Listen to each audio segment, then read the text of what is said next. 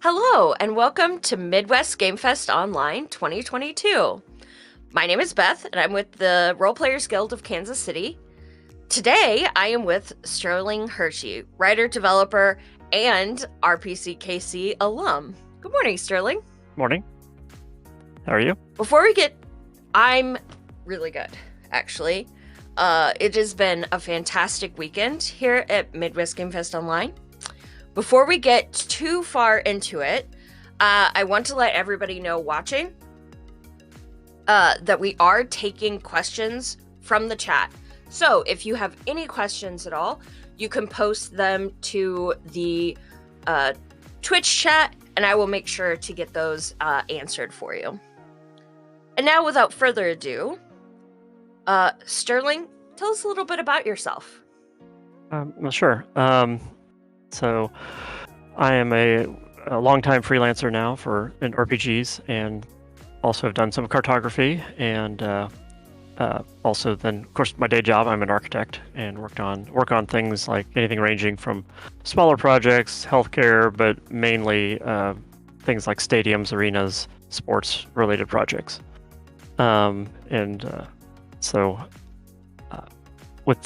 Also been obviously a member of the guild for a long time, since the beginning. And was one of the original founders of the guild. And so it's been fantastic that you and everybody else who's taken over the leadership roles over the years has continued to do a great job. So that's been fun to watch. And on the freelance side of things, I'm mostly known for working with Star Wars, and I've been doing that since the 90s. But I've also done work for Wizards of the Coast with Dungeons and Dragons, mostly 4th edition. A little bit of Savage Worlds, little cartography for Monty Cook Games for Numenera, and some other projects along the way. Yeah, that's awesome. I actually didn't know that you did cartography work. Can you tell me a little bit about that? What's your process behind designing maps for games? Yeah, so I sort of got into that because as an architect, I like to draw, and so doing maps and things has always been fun. I really got into it because back when I was doing work with West End Games, the original product that I had proposed to them, actually I'd sent them a product proposal, just cold, almost basically cold, and for a Rebel Bases book. This is back during the original D6 game line for Star Wars role-playing game, and they were doing these, the typical small 96-page books, add-on books, source books, and but I didn't have anything published yet or anything like that. I don't think I even had my original adventures were for the RPGA. I don't think that had happened yet. So I sent that in. They said, yeah, it's an interesting idea, but we're not, basically let's hold on to that, and eventually maybe we'll talk about it. Well, that eventuality became more of a reality at the very end of my run with West End Games, with a book called Hideouts and Strongholds. And so I did a bunch of deck plans and maps for that, using by hand, some by hand, some of them using things like AutoCAD and other things.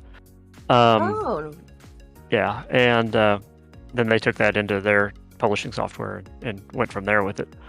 And then ended up doing deck plans for the Nebulon B frigate from Star Wars, which is better known as the medical frigate, or more casually known. So they had done a source book around one of those ships, and they did some deck plans for that. So that was fun.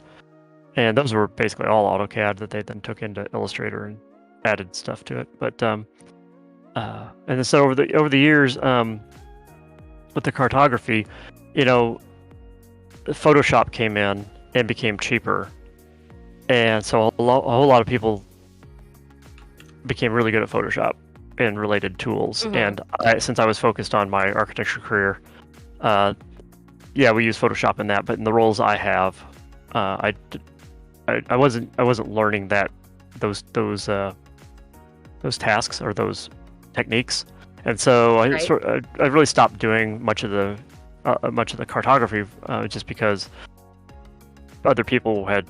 It wasn't falling into the the black and white style that the old source books Right. has. And everything was going color and things like that. So now since then I have learned. I've advanced my Photoshop skills, and I've done other maps and things like Nice. that that are more in that direction. But it's definitely become something that I've pursued less. And so the most recent ones, though, were for Monte Cook Games for Numenera, the Explorer's Keys, Yeah. and so in that one I did I think about half the maps in there, and somebody else did the other half. And they had a particular look that they have for some of those games, and so it was very sort of monochromatic style, so it matched up pretty well with a lot of other things that I've done. That is awesome. I have always kind of wondered how you bring your day job into gaming, because I think personally it's a mistake, but I view them as two very separate things, architecture and then writing. But tell me more about how they actually merge. Yeah, there's some things that are related, but it's funny because on the one hand they are quite separate. I can definitely take a break from one by doing the other, and that's nice. Just because especially the roles I have now in architecture, it's just but there are some overlaps you don't expect. So like when we're working on buildings, we have to work under building codes and various rules. Well, that's not a lot different from reading and interpreting game rules. Some similar skills there, which are interesting. Yeah. So yeah, reading through the code and trying to understand, it's the same thing as trying to read through a complicated, or at least a moderately complicated role-playing game, and trying to figure out, okay, what happens when these things interact? Because we run into similar situations where we're like, okay, we have this situation, and under these items you have to do this sort of thing, you have to do one thing, but under these federal guidelines we have to do something a little different, and we got to figure out which ones apply and which ones and then Real life encounters. Yep. And then if there's something we really need to have some help with, then it's maybe off to the building official to talk about, hey, here's a special situation, here's how we want to approach it, but we're not the ones usually that can give the yes or no on that, and then you have to talk to the building official. So yeah, there's some overlap there that maybe you don't think about too much, but Yeah. That's really and then awesome. of course drawing, sketching, that kind of thing works for either. But even just having run games at the game table for years, when you're up in front of people or in small groups especially, some of that can help out too. You're just more used to discussing things. Yeah, I've always been curious about that. Talking about, I find all parts of your life, just very, very interesting. So that's actually really cool to hear. Backtracking just a little bit, you've talked about working with WotC, or Wizards of the Coast, and Fantasy Flight. How is it working with those large publishers? It's interesting. One of the things I've been fortunate to do is work with some of the major names over the years, whether that's a little bit TSR, West End Games, and what you find out. Well, WotC is a little bit different just because they are part of Hasbro, and that is such a sort of powerhouse. But you quickly learn that a lot of game companies are much smaller than you anticipate. Their teams are smaller, even if they're full-time. There's not a lot of full-time staff oftentimes. So working with some of the bigger names, they do have full-time staff, and but they're very aware. They're very understanding about working with freelancers because they rely on them. Yeah. And so, but you end up working with usually a producer, editor, whatever they want to call it in their particular company. It used to be editors, now they seem to have gone to more of a producer kind of role. So you end up working with oftentimes just one or two people. If it's a really big company with multiple teams, you might work with multiple editors, or just if different editors will take on different projects. So you basically end up with oftentimes one point of contact anyway. So no matter how big or small that company is, you really notice it more in things like contracts and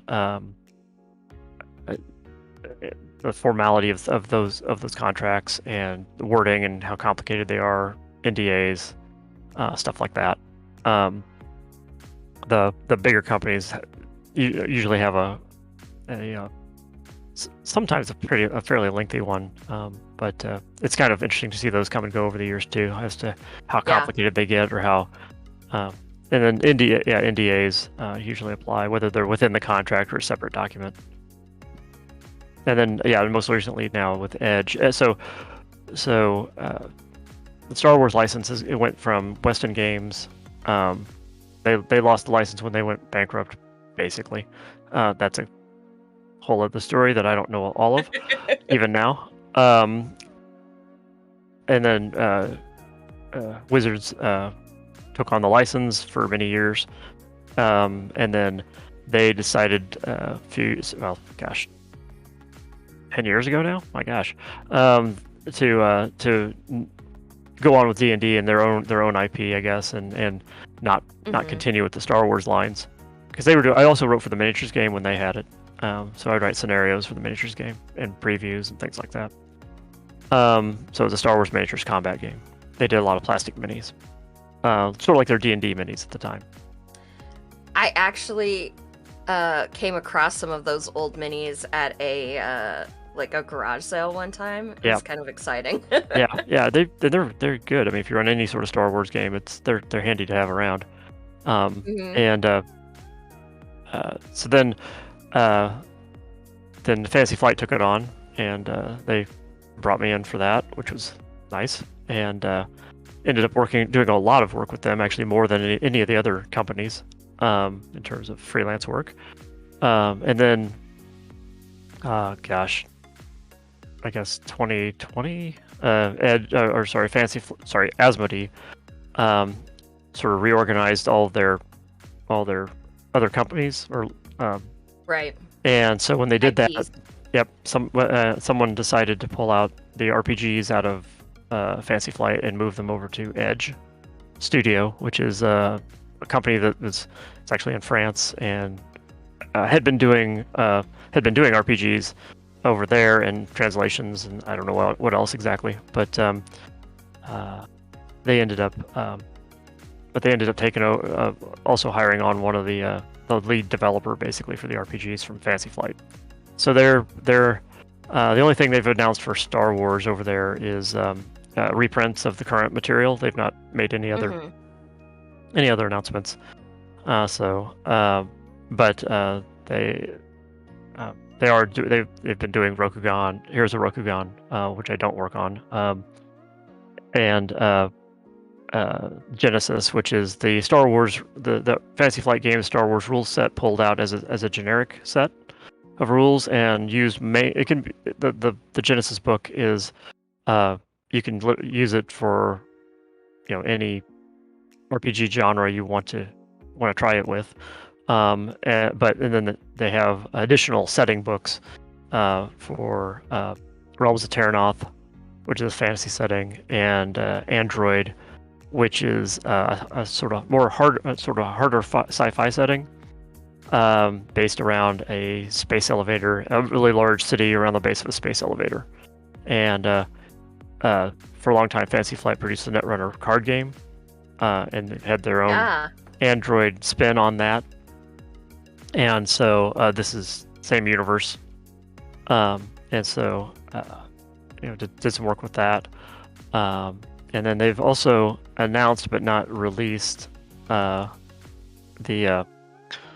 Embers of the Imperium, which is the Twilight Imperium setting, which is based on their gigantic popular board game, one of the games that really helped get Fantasy Flight going. And so that's been fun because I'd seen the game for years, the board game, but hadn't really played just because didn't know anyone who was really playing it. And it's one of those you put down on the table, you play it for 8 hours or something like that. So exactly. There's a lot to it. Yeah, not something you're going to casually pick up at a con or something like that. So most likely. So, but it's been interesting to sort of learn that they had some lore already going with that, and so it's been interesting to see that and help along with that. Not sure when that release date's going to be,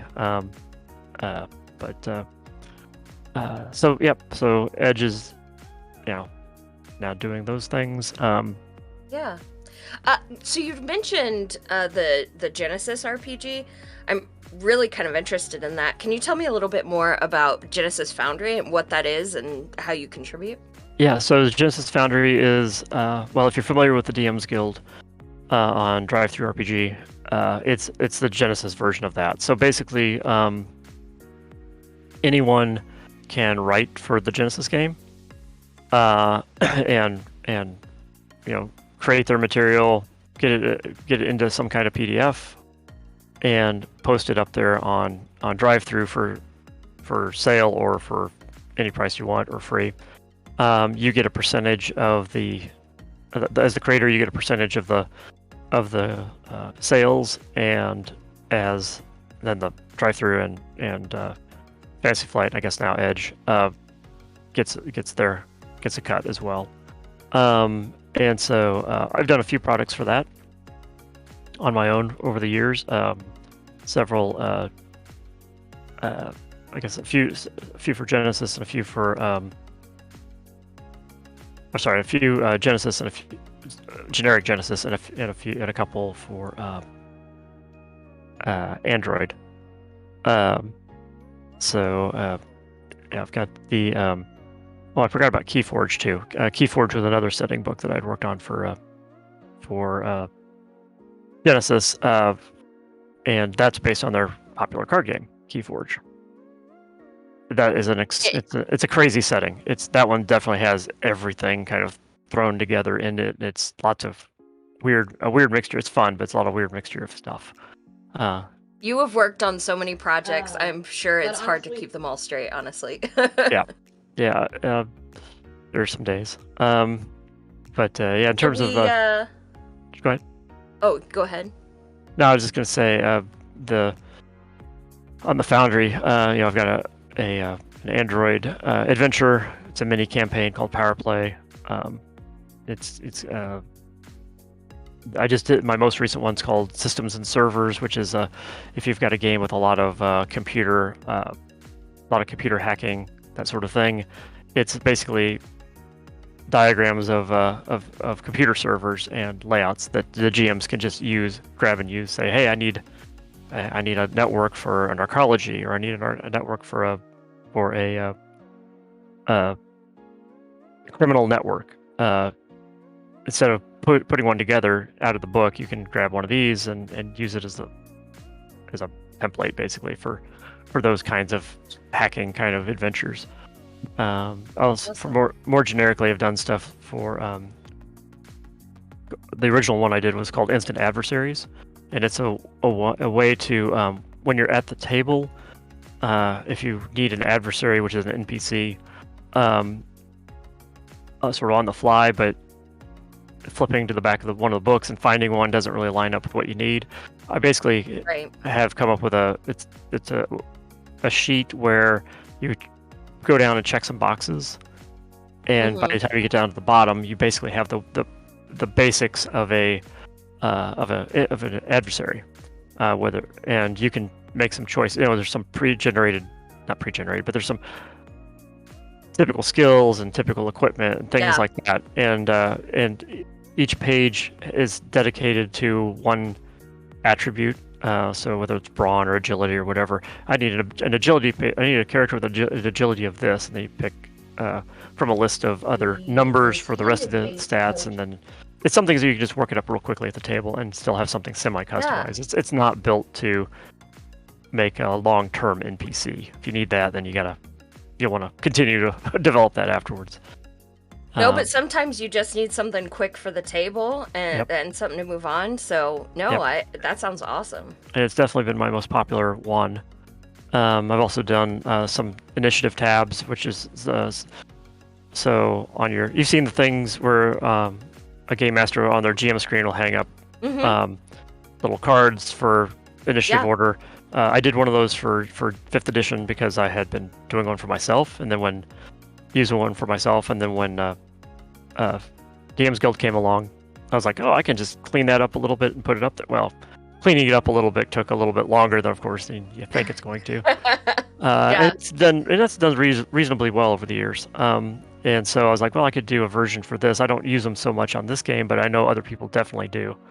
And so I put that up there, and I actually did different styles. I repeated it in several different styles. So one of them was like the generic graphics of the Genesis game, but I did one that's matched up with Android, one that matched up with Terranoth, one that matched up with Keyforge, which also turned out to be a lot. I thought, I'll just be able to change the fonts and do a couple things now. Right. It was a bigger pain to do than that, but there's always more to graphics than you think it's going to be. But with those sorts of things, Fantasy Flight gave us and have available on the site the templates for the products. So they actually gave.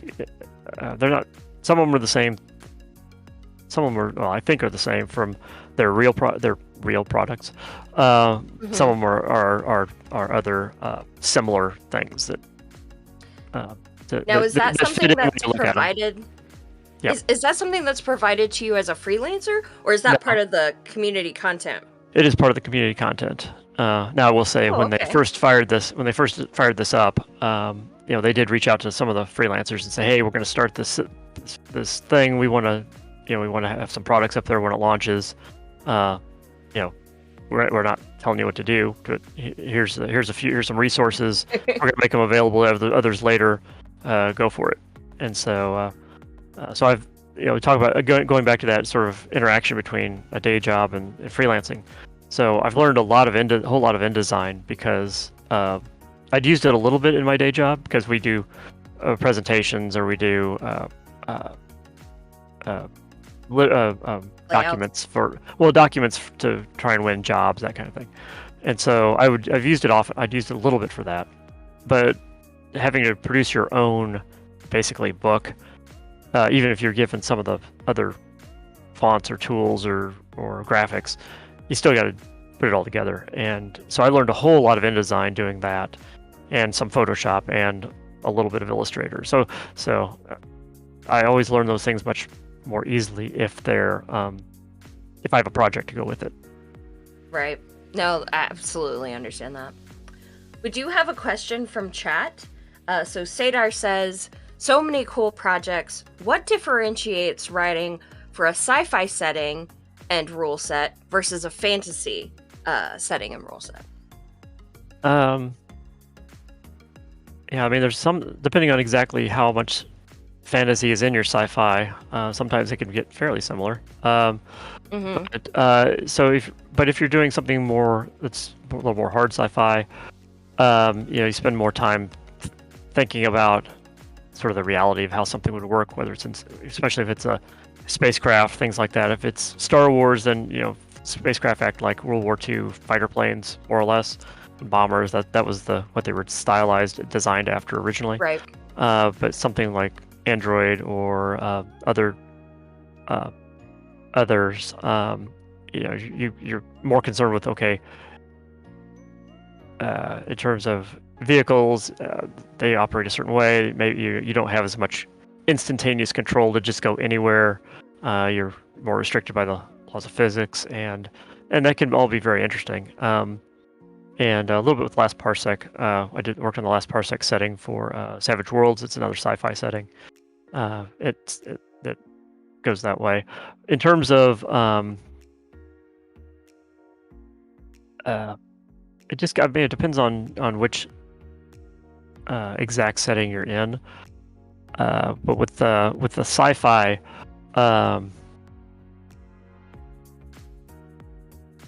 it's one thing to have sort of the epic fantasy adventures or Right. dungeons. I mean, I guess the biggest difference is that with a sci-fi, you try not to fall into designing a dungeon. It's certainly that sometimes happens and can happen. Going through the interior of a derelict starship, in some ways not that different from going through an old dungeon. Just going through doors and rooms and passages, and you got weird creatures that might show up. I mean, there are definite similarities there, but you usually have. It's usually things are a little bit more. The adventure a little more. How would I say this? It can encompass a lot more. Right. Than that, and I'm not saying that D&D only does that, but obviously there's a expectation with a lot of D&D. But fair. I enjoy writing for both. I like doing adventures. So I guess the other thing with sci-fi is that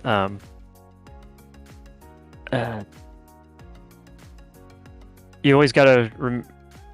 At least I always have to remember it is a sci-fi game, and whenever you can play to that, it's usually helpful because character interactions, plot lines can be similar. But anytime you can, like for Star Wars, one thing I try to do, don't always quite achieve it, but try to do is remember that things in Star Wars, if you can make it bigger and more epic, you probably should. Just because that's now not every single interaction has to be that way, but things like a long time ago I was like figuring out that I needed to get away from the doorway fights, the hallway fights, because what would happen is it'd be almost a dungeon-like thing. You'd open a door, you get to the room, and then the fight would happen in the doorway, just trying to get in the room instead of in the cool room. And so then it became. I started making sure to write things so that the problem wasn't getting in the room. The problem was after you get in the room, and you can't avoid it completely. I mean, sometimes it just makes sense to have those sorts of things. But that was one thing where I was actually making a conscious effort to change how I was designing something. So a lot of things in Star Wars have these big character arcs, right? That allow the heroes and heroines to grow and develop. How do you implement those concepts into module design? With character arcs, I've done a few where there's been a central opponent, adversary, bad guy. And so sometimes it depends. Sometimes on some products, a lot of times actually you'll get the company will already know what they want to do in some ways. Right. And sometimes in a lot of detail. They've already developed their product. They've gone through the initial development process of saying, okay, this is the type of product we need. This is where it's going to fit into our game line. This is the sort of experience we want the players to have. And with something like going back to your question earlier about what's it like working with the bigger ones, well, with something like Star Wars, a lot of that stuff gets hammered out before it gets to the freelancers. Now, back in the West End Games days, I could send in a proposal, and may or may not go anywhere, but they still had a similar process. But these days, it's much more common for to be given an outline that says, okay, here's the plan of the book. Here's how many pages we're doing. Here's how much word count you've got to do in these different sections. With the adventures, it's a little more open-ended in a way. They sometimes a lot of times they'll have a general plot in mind that they've already gotten approved from Lucasfilm or whoever. But a lot of the details won't be there. A lot of characters won't be there. They'll just have sort of an overall general, here's what we're trying to achieve.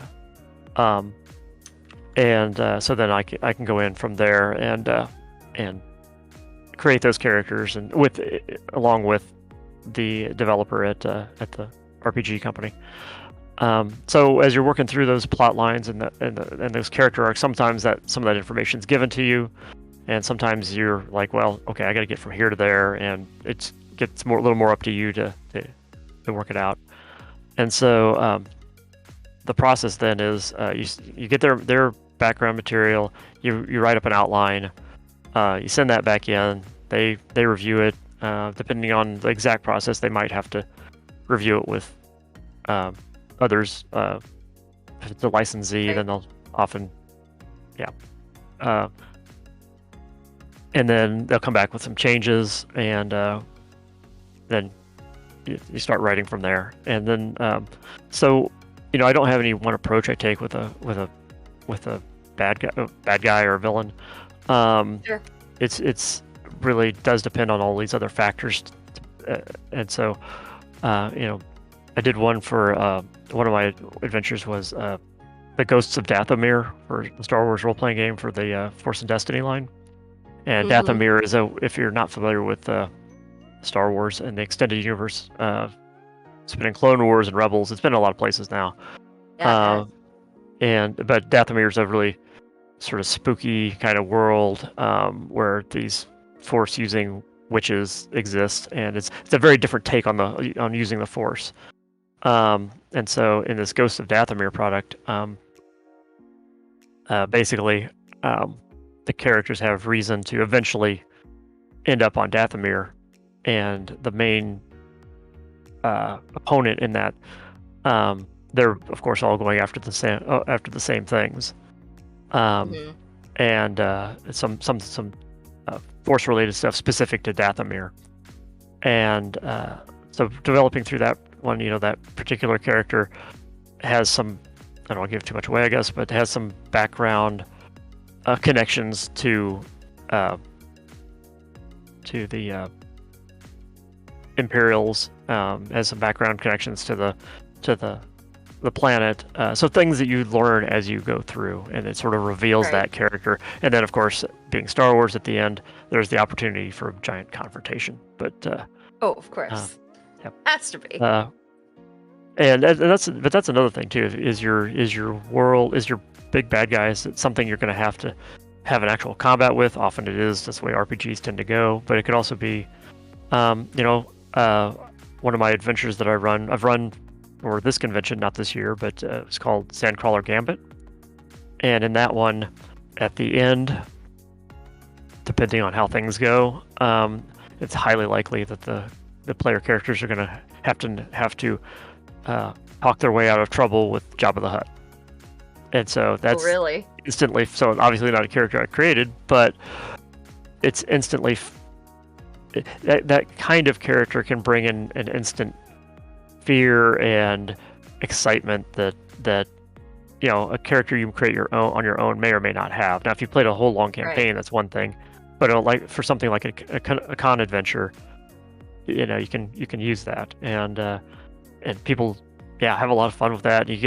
Sometimes you get some really dramatic rolls and results out of it. So but again, that's more Star of a Wars- talking situation. You're not probably shooting at Jabba the Right.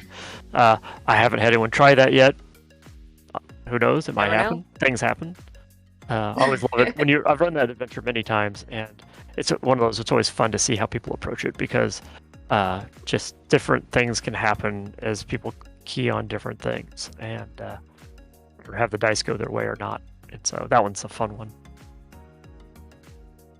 Working with these IPs that have these rich lores, such as Star Wars, what do you find most fulfilling about being able to pull from that lore, from this collaborative world so many writers are contributing to?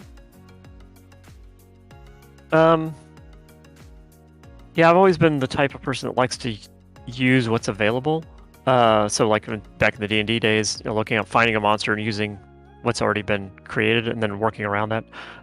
Star Wars, so Star Wars has always been a moving target in some ways, because since I've been involved, at least, it's been something else has always been in development somewhere else, and sometimes Oh yeah.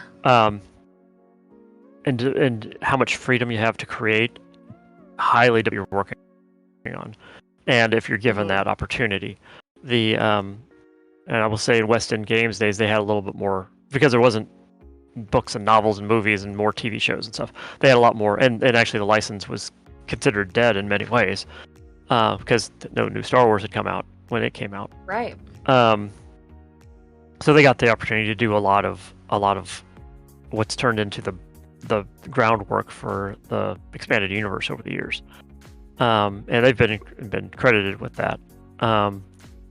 So when I would work on my products, I'd use whatever I could that made sense to use from one of those, but then to sort of create my own characters, or create my own locations, things like that. And so basically, a good example, I guess, is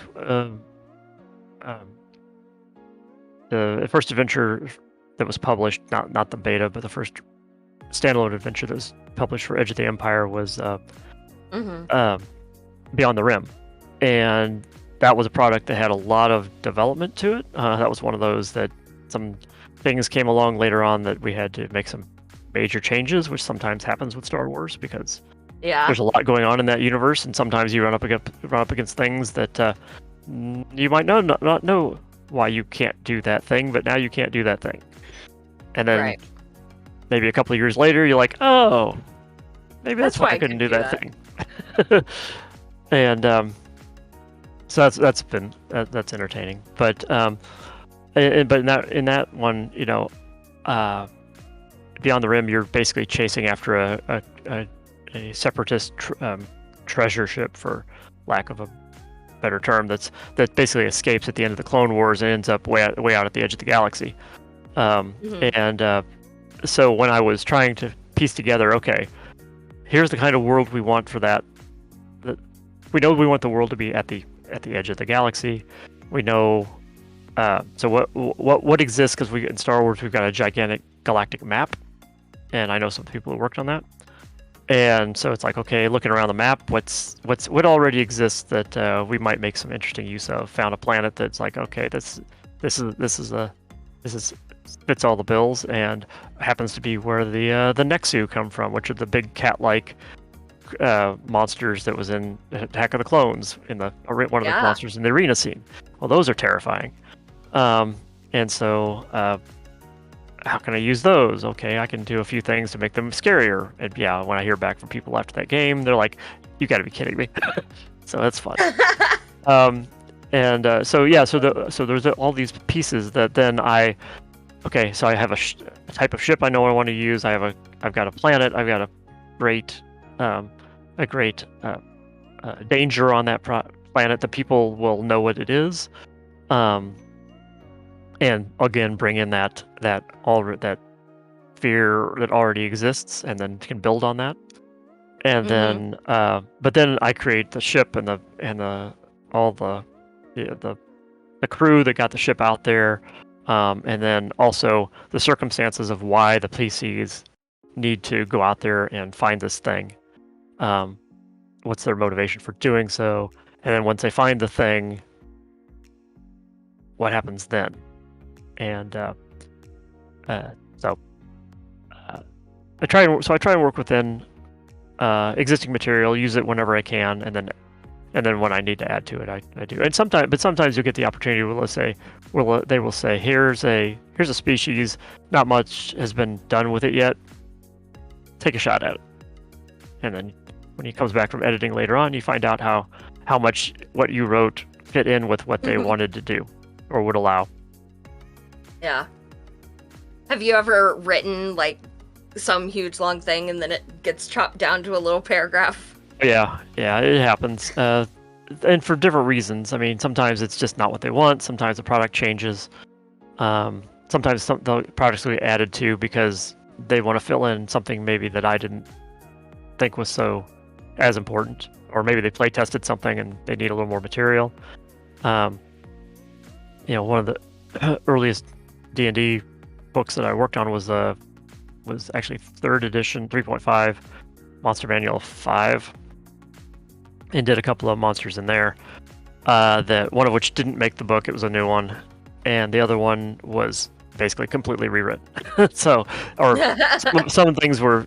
It was an existing monster with some different history, and that was a situation where it's like, okay, I could use some of the history that exists, sort of in these other products, but never been part of the central part of that monster, or I could do something new. And I didn't really get a response for that, so I just went with the new stuff, and then they went back to the other stuff. I was like, well, I could have done that, but so yeah, depending on the product, and when I was doing work for Saga Edition for Star Wars, a lot of the rules development, especially early on, you'd write up a new talent or piece of equipment or whatever, usually talents or career-related things.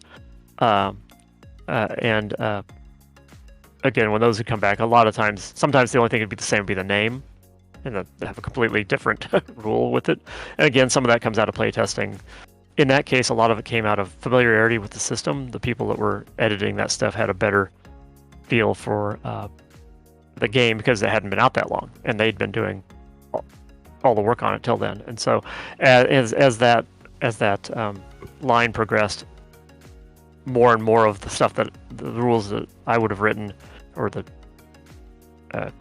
character stuff I had written, would come in more and more like I wrote it, and less and less, and changed less and less.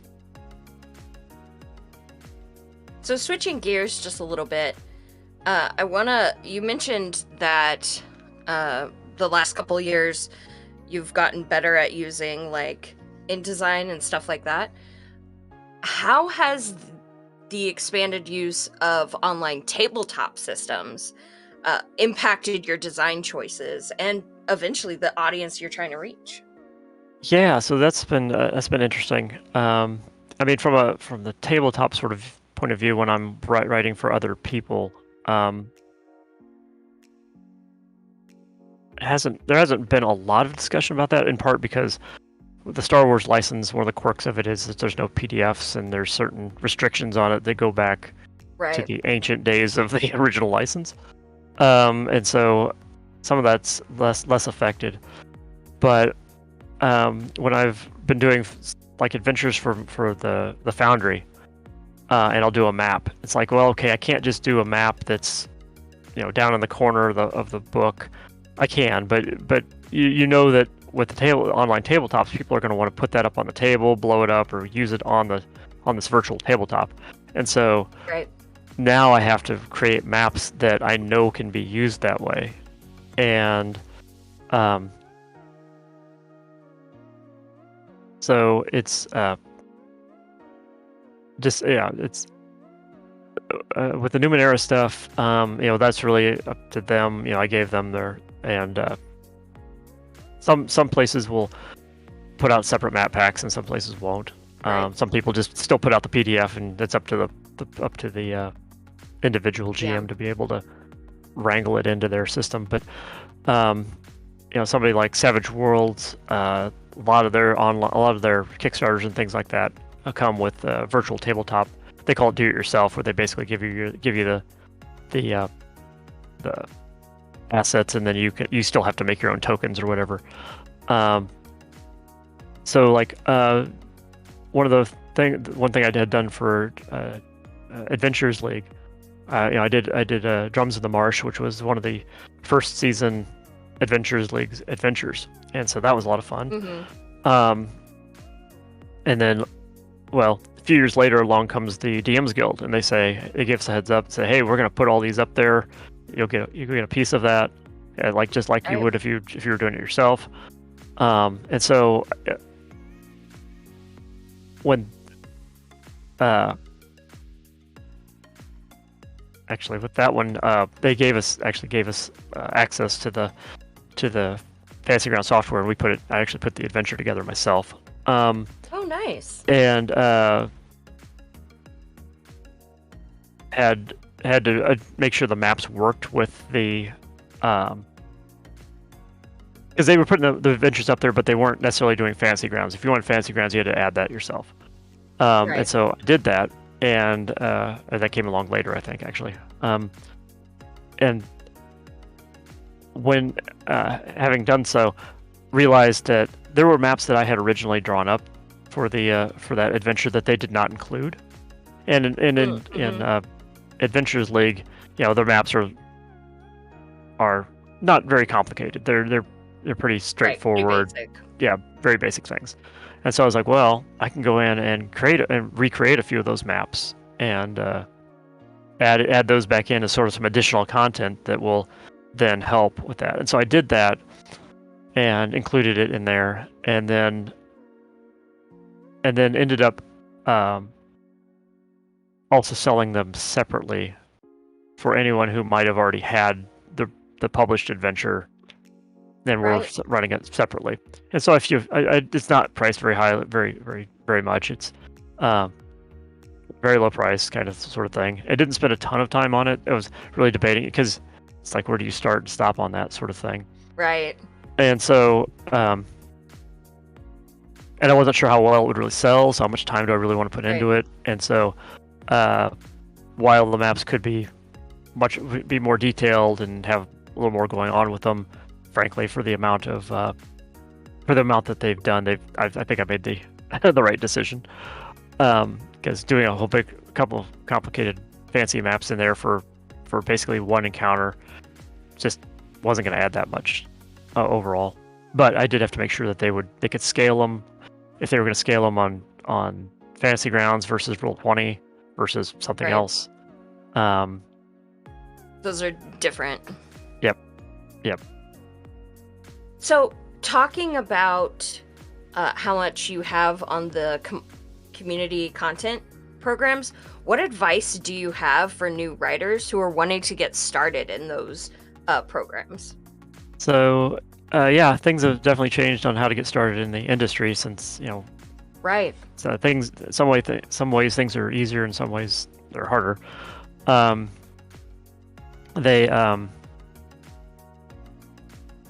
when it comes to any of the community content sites, at least the ones that I've looked at or worked on, have been pretty similar. Of course, all the ones I've worked on have been through Drive-Thru RPG, so they naturally have similar tools and maybe some similar restrictions.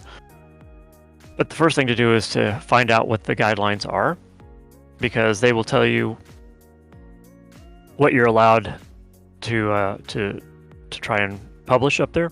So something like, obviously Genesis uses the similar rule system to Star Wars, but they're not going to allow you to publish a Star Wars thing because that's not part of that license.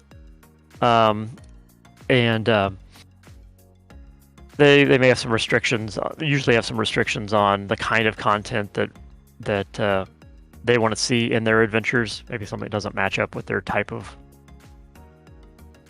adventure, or more likely something that's inappropriate that they don't want their product associated with. Sure. But there's also a little more complicated things like there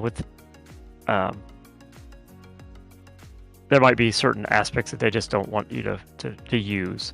A lot of the Genesis stuff's been pretty open from that respect. I can't immediately think of anything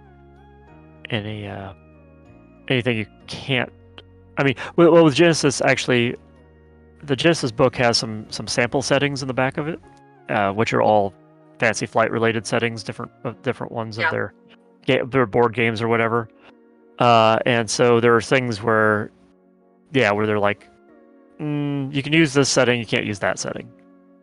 And so you also want to look through that stuff to find out what the split is. You could set your own price. They don't do that. There's some of course some anti-competitive stuff that you need to pay attention to. You're not gonna they can't set prices. They have to really leave that up to you. Right. And of course, you start seeing similar prices just as people naturally look at the market and kind of go, okay, well, this is. I was gonna say, how do you determine what list price to put on something? It's a bit of an art, for me at least, because you're like, okay, you want to get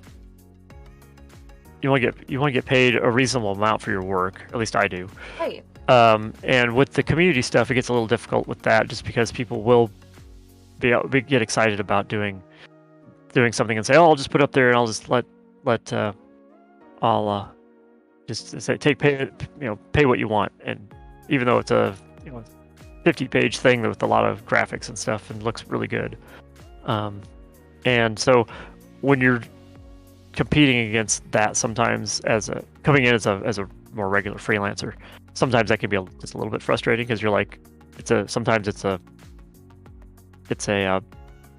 race to the bottom on what people can charge. Yeah. But I've kind of come to a similar conclusion, I think, to some other people on some pricing, where it's like, okay, now I've done several products, I'm like, okay, if I do it that low, yeah, I might sell a lot, but it takes a long time to build anything up. If I'm able to get up to more $4 or $5 range, then yeah, maybe I'll sell fewer of them, but I may make more in the end and more quickly. And so that's been interesting to go through, and something with DM's Guild where there's a lot more competition. I mean, my gosh, I don't know how many products are up there now, but if the next new book comes out, and then there's 100 products up there that are related. Here's my add-on to the Storm King's Thunder book. Here's some extra maps. Here's some extra, and I've done that. I did one based on Chult, but I was so slow getting it out there that by the time I got it up, it wasn't. There were two things that had some difficulty. One, it was sort of after the first wave of interest in Chult, and if you miss that, then it's a little harder to make up time. The other thing is, I again was still in the mode of how much time do I really want to spend doing this? How much do I want to? How much? Right. And so my D&D products have been really art light, hardly any, just more graphics. Yeah. Really much more, in some ways, more of a second edition sort of layout style. Not in terms of literally the graphics, but in terms of not a lot of art. Or not any, actually. I would, in some simple front covers that I would do. That was probably a mistake. And I have thought about occasionally going back to some of those old products and just redoing a cover and updating it a little bit to try and add a little bit more to it. Still haven't decided if that's really worth the effort or not.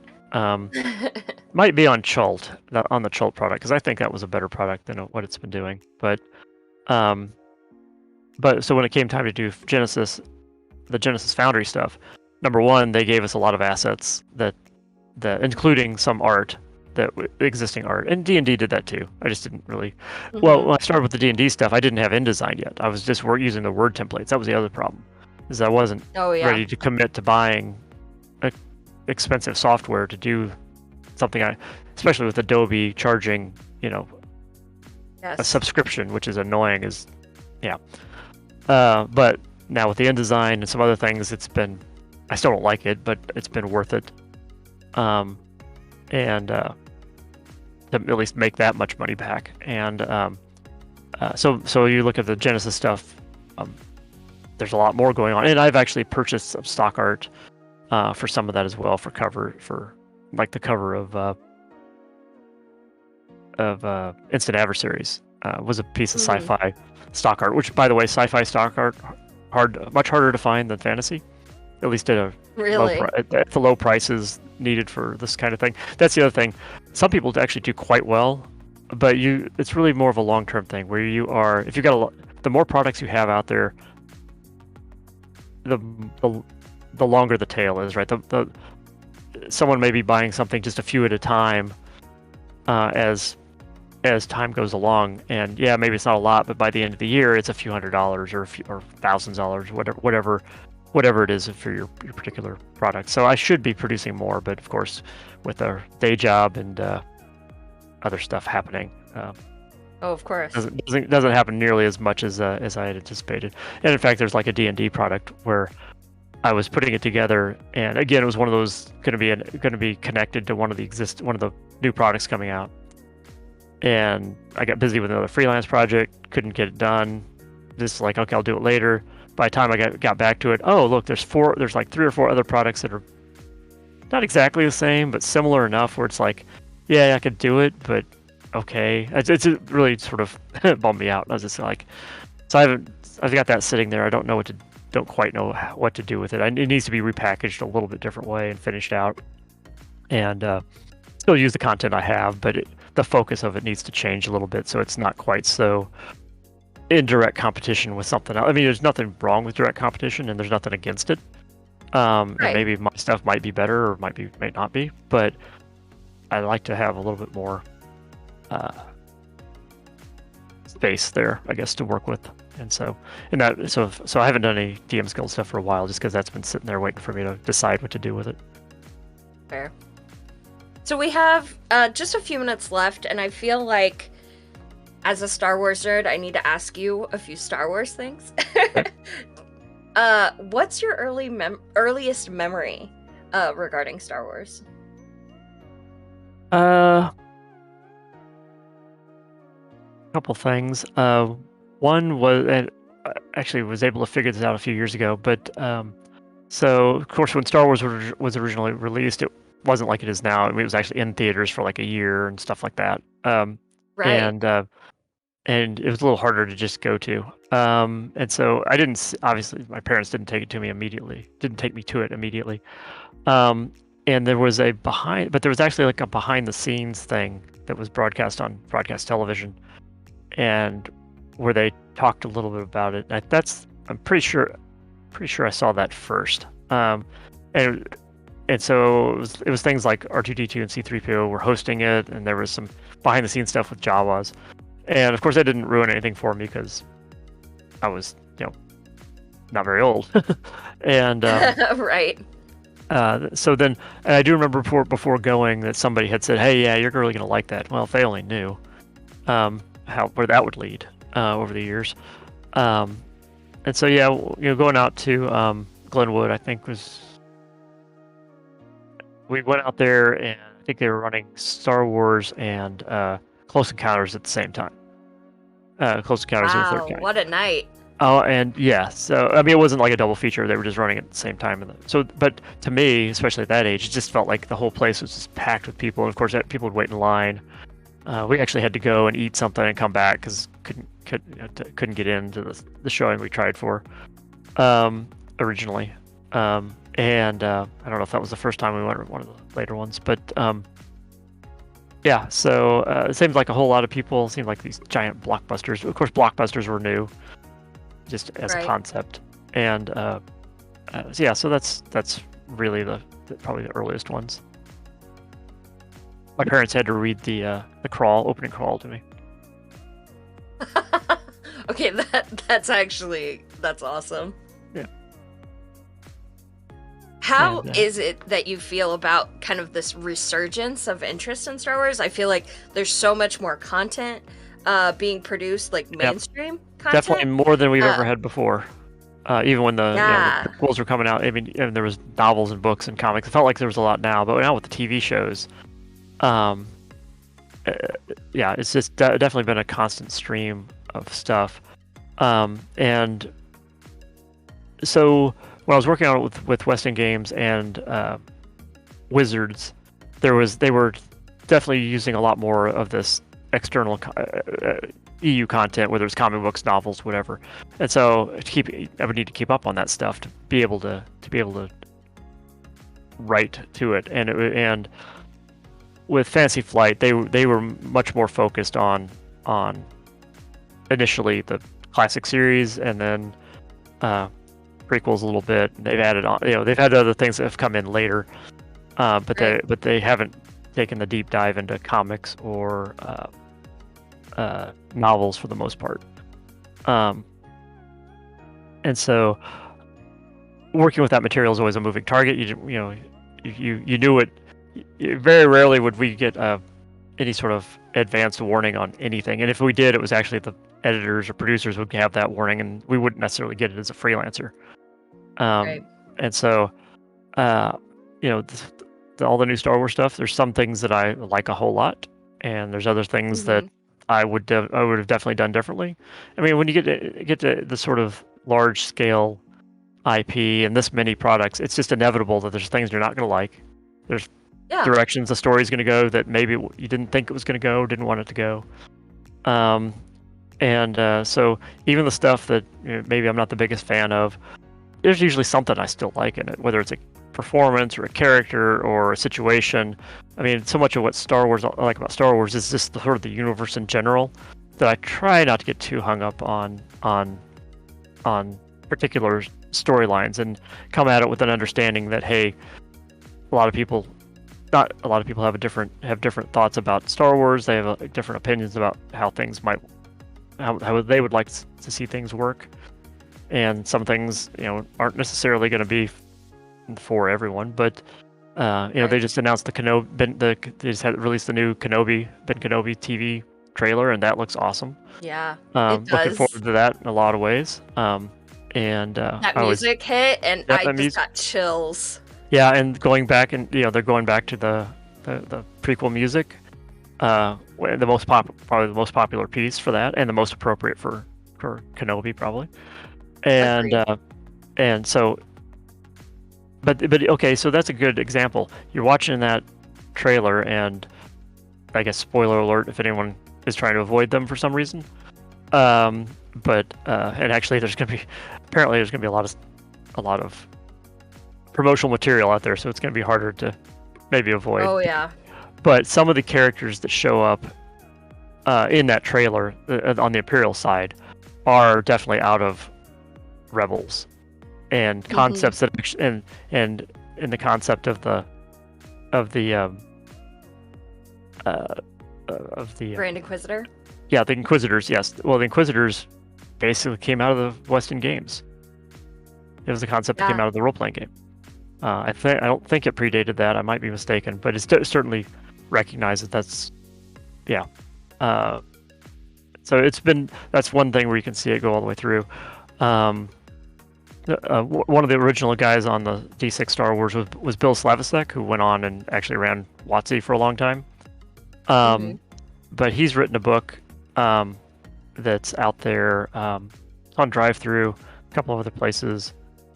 And now I'm blanking on the name, of course. But basically, he's written a book about his time creating a lot of that material, because a lot of names and things that are Star Wars species names or whatever, things he just created because he needed them for the RPG, because they couldn't call a species the Hammerhead species. Even that's what the action figure is called. You were not going to do that. And so they had to have a species name. Yeah, exactly. So if anyone's interested in that, you can definitely track that book down. I think it's Rogue Genius Games that had published that on Drive-Thru, and I think on Amazon also. And so I can. It's Bill's point of view from doing that. So that's awesome. Well, we are out of time today, but this has been just an absolute delight, Sterling. Thank you so much for joining me. Yeah, thanks. It's been fun. And I hope the rest of you guys have a really nice final day at Midwest Game Fest Online, and we will see you all soon. Thanks.